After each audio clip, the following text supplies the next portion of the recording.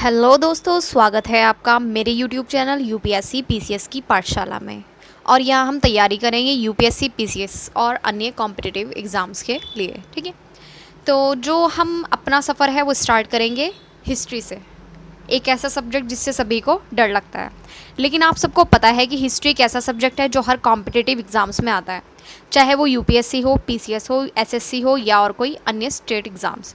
और अक्सर स्टूडेंट को लगता है कि हिस्ट्री सिर्फ डेट और बैटल्स का संग्रह है, लेकिन असल में हिस्ट्री एक कहानी है, हमारी सभ्यता की, हमारे समाज की और हमारी राष्ट्रीय पहचान की। इस सीरीज़ में हम हिस्ट्री को बिल्कुल बेसिक से एक स्टोरी टेलिंग और एग्ज़ाम ओरिएंटेड तरीके से समझेंगे। जैसे कि हिस्ट्री को 3 पार्ट्स में डिवाइड किया गया है, एंशिएंट, मेडिवल और मॉडर्न। ठीक है, तो इसमें हम तीनों पार्ट्स को सिस्टमेटिकली तरीके से कवर करेंगे। साथ ही हम इसे मेंस के पॉइंट ऑफ व्यू से भी देखेंगे और आपके जो प्रीलिम्स है उसके पॉइंट ऑफ व्यू से भी देखेंगे, जैसे जो उसके फैक्ट्स होंगे, और मेंस के पॉइंट ऑफ व्यू से जो जिस पोर्शन पे ज़्यादा ध्यान देना है वो भी आपको बताया जाएगा। ठीक है, तो इसमें देखिए प्राचीन, मध्यकालीन और आधुनिक। इसमें लिखा हुआ भी है कि जो प्राचीन और मध्यकालीन है वो प्री के पॉइंट ऑफ व्यू से ज़्यादा इंपॉर्टेंट है, आधुनिक। फिर इसी में हिस्ट्री में हम क्या किसको पढ़ते हैं, कला और संस्कृति को पढ़ते हैं, विश्व इतिहास को पढ़ते हैं और आज़ादी के बाद के भारत को पढ़ते हैं, और जब तक के कुछ कुछ चल रहा है। ठीक है, इसमें भी हम क्या कर देते हैं, ये ऐड कर देते हैं, ये हमारा करंट का पोर्शन हो जाता है। ठीक है, तो याद रखिए हिस्ट्री जो है वो बोरिंग तो बिल्कुल भी नहीं है, बल्कि एक कहानी है जो हमें समझनी है कि हम कौन हैं, हम कहाँ से आए हैं, हमारा उद्भव कैसा रहा है। और अगर हम इसी सही अप्रोच के साथ पढ़ेंगे तो जो इस हिस्ट्री है हमारा सबसे स्कोरिंग सब्जेक्ट बन जाता है। ठीक है, तो चलिए शुरू करते हैं हम अपना सफ़र हिस्ट्री की इस एक्साइटिंग वर्ल्ड में, जो आपको यूपीएससी या पीसीएस के सफ़र में एक मजबूत फाउंडेशन देगा। ठीक है, तो अब देखिए जो हमारा इतिहास है उसके 3 पार्ट्स हैं, प्राचीन, मध्यकालीन और आधुनिक। ठीक है, इसमें हम जो हमारा प्राचीन इतिहास है उसके सिलेबस को देखेंगे, एक ओवरव्यू कि हमारा सिलेबस जो है वो क्या रहने वाला है। ओके, तो देखिए इसमें पहले तो हम ये जानते हैं इतिहास निर्माण के स्रोत, मतलब कि जो हमारा इतिहास है उसका निर्माण कैसे हुआ है, किन किन। अब ये तो नहीं है कि इतिहास लिख दिया, कुछ तो सोर्स होंगे ही ना जिनके बेस पे हमने इतिहास को लिखा है। तो इसी तरीके से कुछ पुरातात्विक स्रोत हैं जिनके बेस पे हमने इतिहास को लिखा है, और कुछ साहित्यिक स्रोत हैं जिनके बेस पे हमने क्या करा है, इतिहास को लिखा है। ठीक है, अब आता है हमारा प्रागैतिहासिक काल। ठीक है, प्रागैतिहासिक काल को हम क्या करते हैं, 3 पार्ट्स में डिवाइड करते हैं। ठीक है, एक तो पूरा पाषाण काल, एक मध्य पाषाण काल और एक नवपाषाण काल। प्रागैतिहासिक काल में जो मानव था वो किसका यूज़ करता था, पत्थर का, स्टोन्स वगैरह का। जो मानव है वो किसका यूज़ करता था, स्टोन्स का। ठीक है, पत्थर के औजार बनाता था।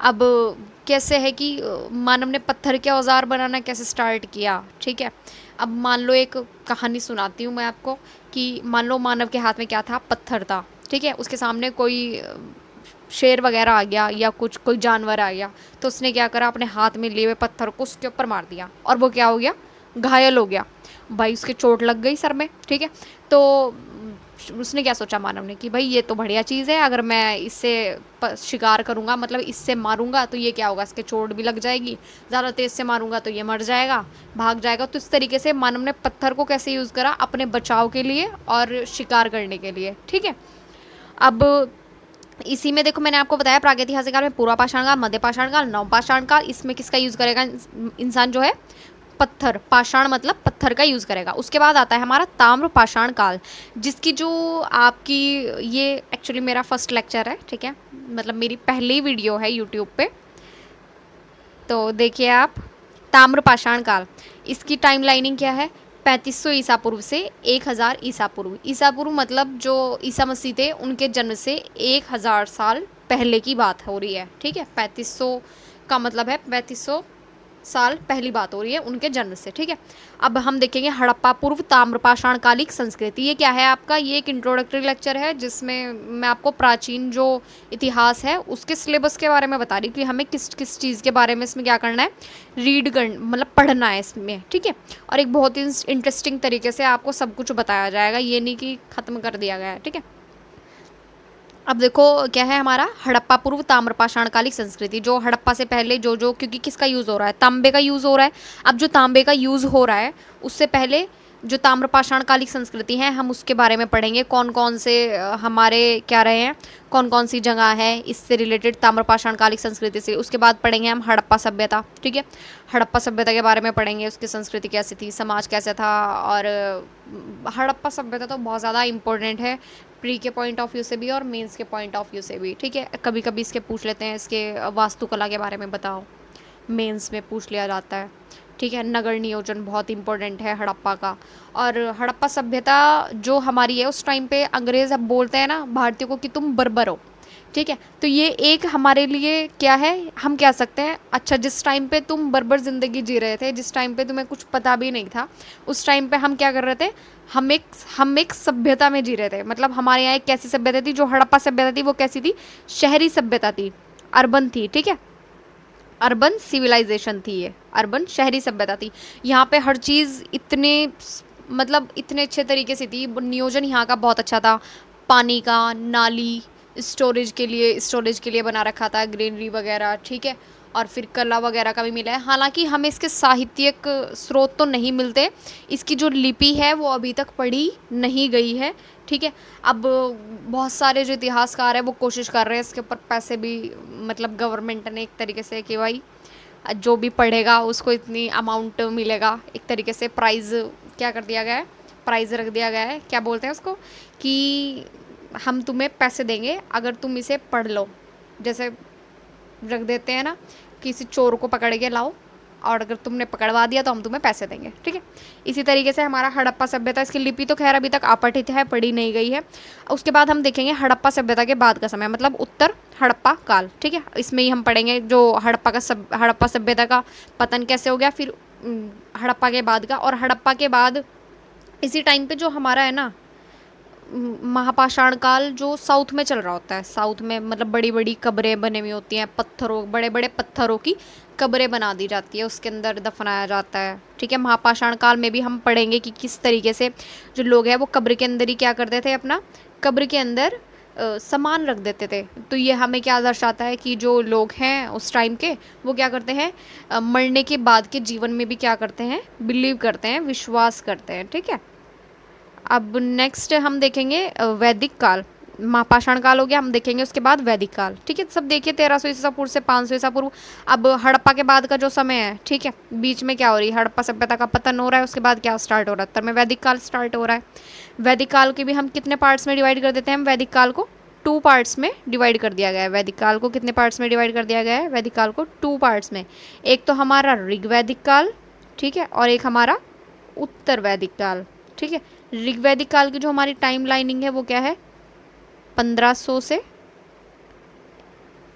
1000 ईसा पूर्व, सॉरी 1000 ईसा पूर्व। और उत्तर वैदिक काल की हमारी जो टाइम लाइनिंग है वो क्या है, हमारी 1000 से 600 ईसा पूर्व। ठीक है, 1000 से 600 ईसा पूर्व हमारी उत्तर वैदिक काल की है। अब जो ऋग्वैदिक काल और उत्तर वैदिक काल है इसको हम ऐसे नहीं पढ़ेंगे कि भाई बस पढ़ लिया। अब हम देखेंगे चेंजेस भी तो हो रहे हैं ना, कुछ वैदिक काल है जो वैदिक काल में ऋग्वैदिक कालीन समाज कुछ था, उत्तर वैदिक कालीन समाज कुछ था।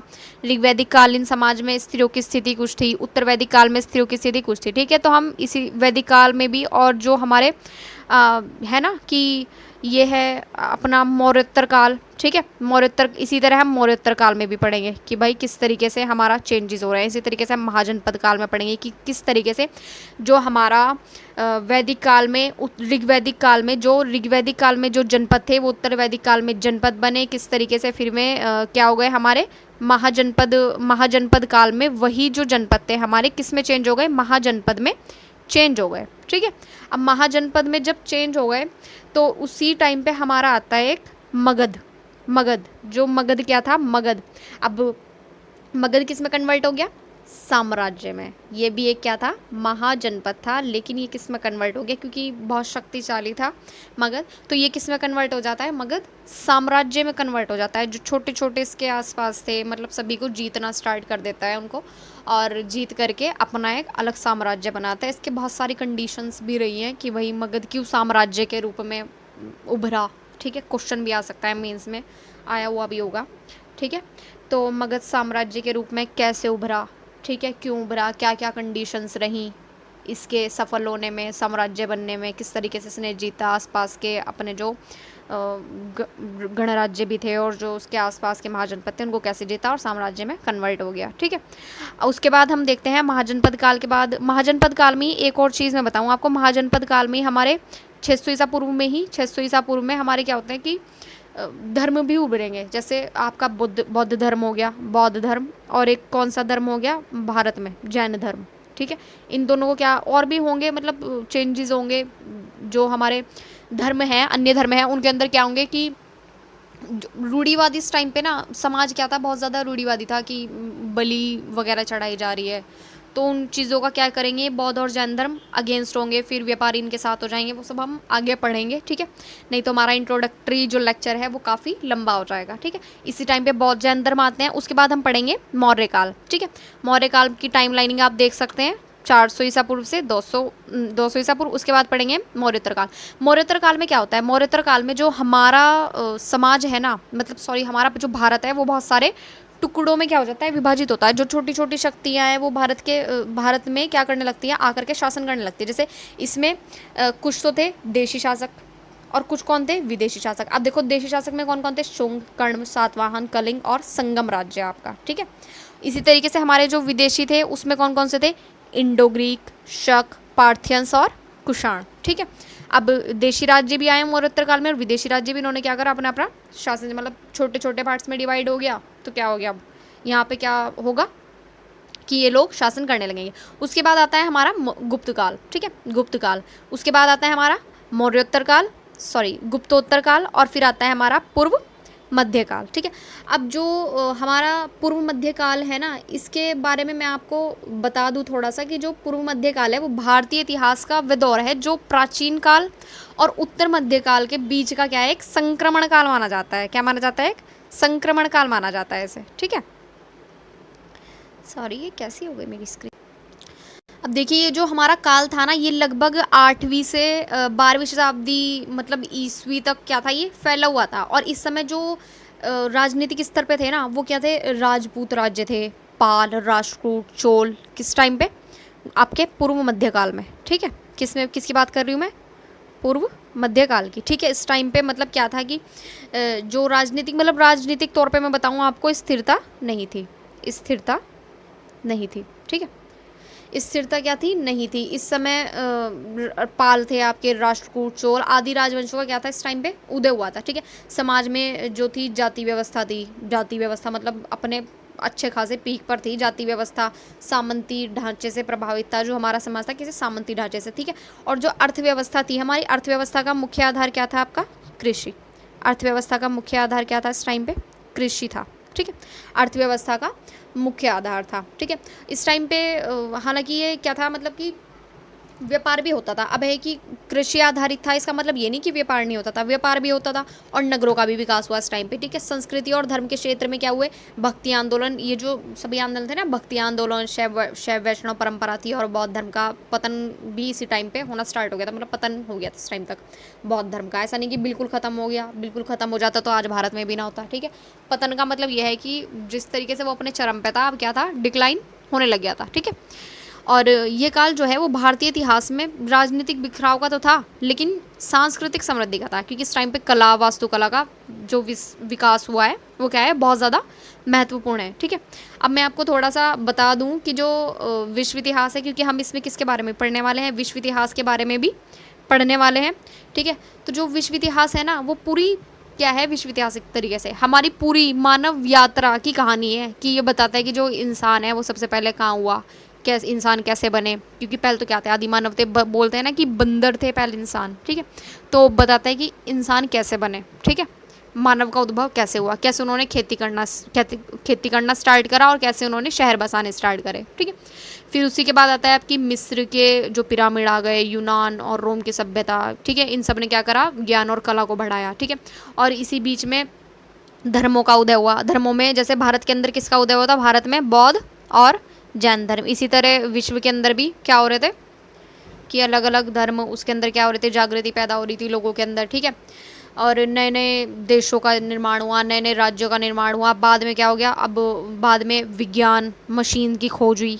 विज्ञान के अंदर क्या हो रही, तरक्की हो रही, मशीनों की खोज हुई, साइकिल बनी, पहिया बना, ठीक है, इस तरीके से। और क्या हो गई, दुनिया क्या हुई हमारी फिर बदल गई। और जो हम आज अपनी दुनिया जी रहे हैं, ठीक है, अपनी भारत और मतलब पूरा जो विश्व है उसके अंदर चेंजेस हो रहे हैं। जो टेक्नोलॉजी है वो क्या है, बहुत ज़्यादा आगे बढ़ गई है, ठीक है। और विश्व इतिहास में ही हम क्या देखते हैं, विश्व इतिहास से हम आज तक आ जाएंगे कि जो आज हम जिस दुनिया में जी रहे हैं ना, वो इन्हीं क्या है, इन्हीं चेंजेस का क्या है, नतीजा है। जो चेंजेस हो रहे हैं, किस तरीके से चेंजेस हो रहे हैं, उन्हीं सब का क्या है, ये नतीजा है हमारा, ठीक है।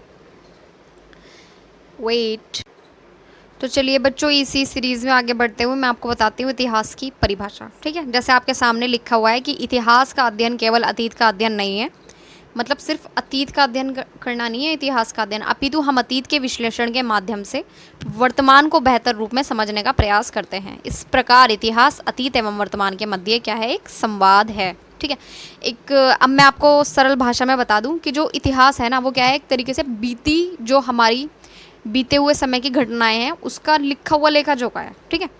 इतिहास हमें बताता है कि पुराने ज़माने में लोग कैसे रहते थे, ठीक है, कौन कौन से राजा हुए, समाज कैसा था, संस्कृति कैसी थी, धर्म कैसा था, उस टाइम पे राजनीति क्या थी, और आज तक के टाइम में जो राजनीति में है वो क्या है, चेंजेस क्या क्या हुए हैं। इतिहास हमें बताता है कि किस तरीके से समाज जो है वो बदल रहा है, ठीक है।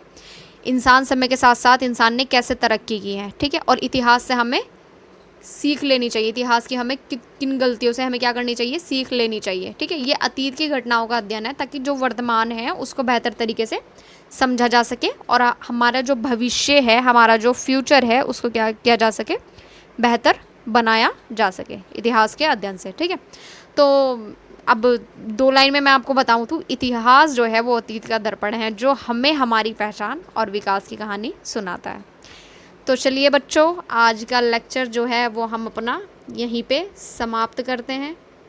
आप सभी को all the best for your preparation and thank you for watching my video. मिलते हैं नेक्स्ट वीडियो में। Thank you.